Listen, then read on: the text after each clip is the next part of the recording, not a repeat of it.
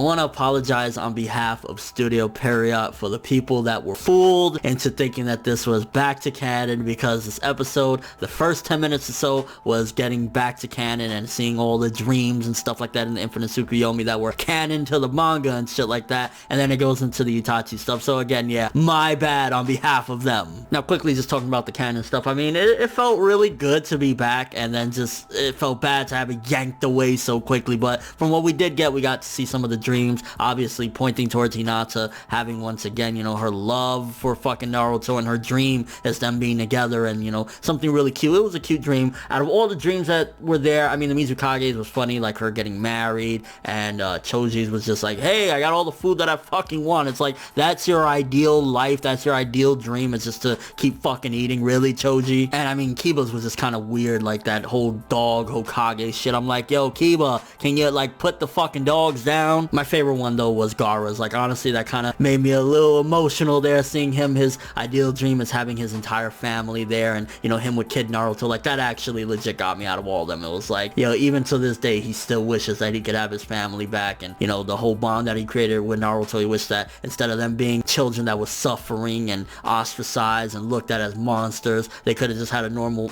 childhood life. And honestly, yet again, between Orochimaru, which is the catalyst to like 90% of shit in Naruto or whatever, him and Obito, but like Orochimaru and Itachi's father were two of the catalysts for the trauma and shaping Itachi, because in the beginning of this little Itachi story or whatever, his character, he looked very simple. He looked like an actual normal kid, like, you know, he's just really normal. I mean, granted, it starts off with him at the battlefield or whatever, and his father showing him that, but it's very different from the Itachi we've seen in almost every other scenario, where he's just already an experienced shinobi, he's in the Anbu, he's a murderer, all that shit. Like, he was just a plain kid, and then his father's like, look son, look at all the murder, look at the blood, yes, look, I want to lick the blood. Like, yo, what the fuck is wrong with these Uchiha traumatizing the fuck out of their family? Like, that's where Itachi got the idea, hey, let me traumatize the fuck out of my brother to make him stronger. And then Orochimaru was kind of what planted the seeds in his head of thinking about life and death and the importance of it. I mean, Orochimaru at that point, you could see, okay, he was already on his way 2 feet out the door from fucking Konoha, because he was looking at the graves, and he's like,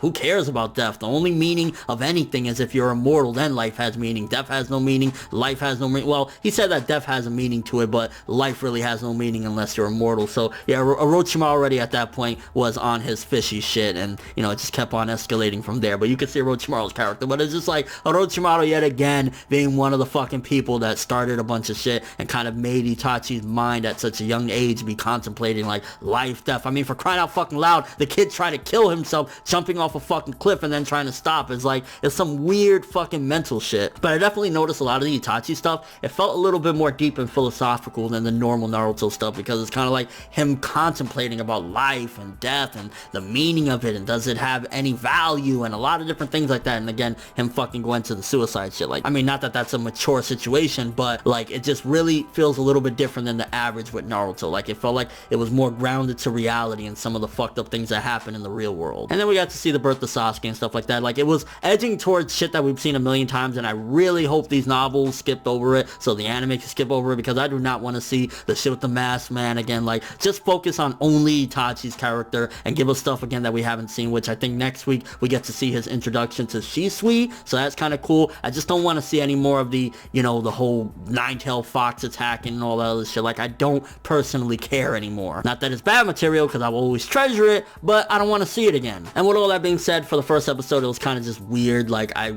would have preferred for it to not been 10 minutes of canon, and then this Itachi stuff. Like, maybe it should have just been a full-on canon episode, or just like, don't even fuck with the canon until you get done with this. But Period, I don't know really where their heads is at with any of this shit anymore. So yeah, I want to say a solid 7 out of 10. It was a good episode for the most part. Looking forward to seeing what they show that we don't already know. I guess to a certain extent we didn't really ever get to see Itachi in a more innocent time in his life and shit like that, so that was a nice little touch there. And kind of just seeing what led him down this path. Even before the massacre, even before the suspicions, he was already fucked in the head because of his father and Orochimaru. What do you know? And your thoughts of the episode? I honestly felt, as a fan, just speaking purely as a fan, it felt nice to be watching Naruto again. I will say that. But thanks for watching. If you enjoyed anything about this video, make sure to drop me a like. I'd greatly appreciate it. And if you want more from me, make sure to subscribe. Follow me on Twitter, Instagram, stalk my Facebook if you want more from me when the video ends. I'm ForneverWorld, and as always, people, have an awesome day.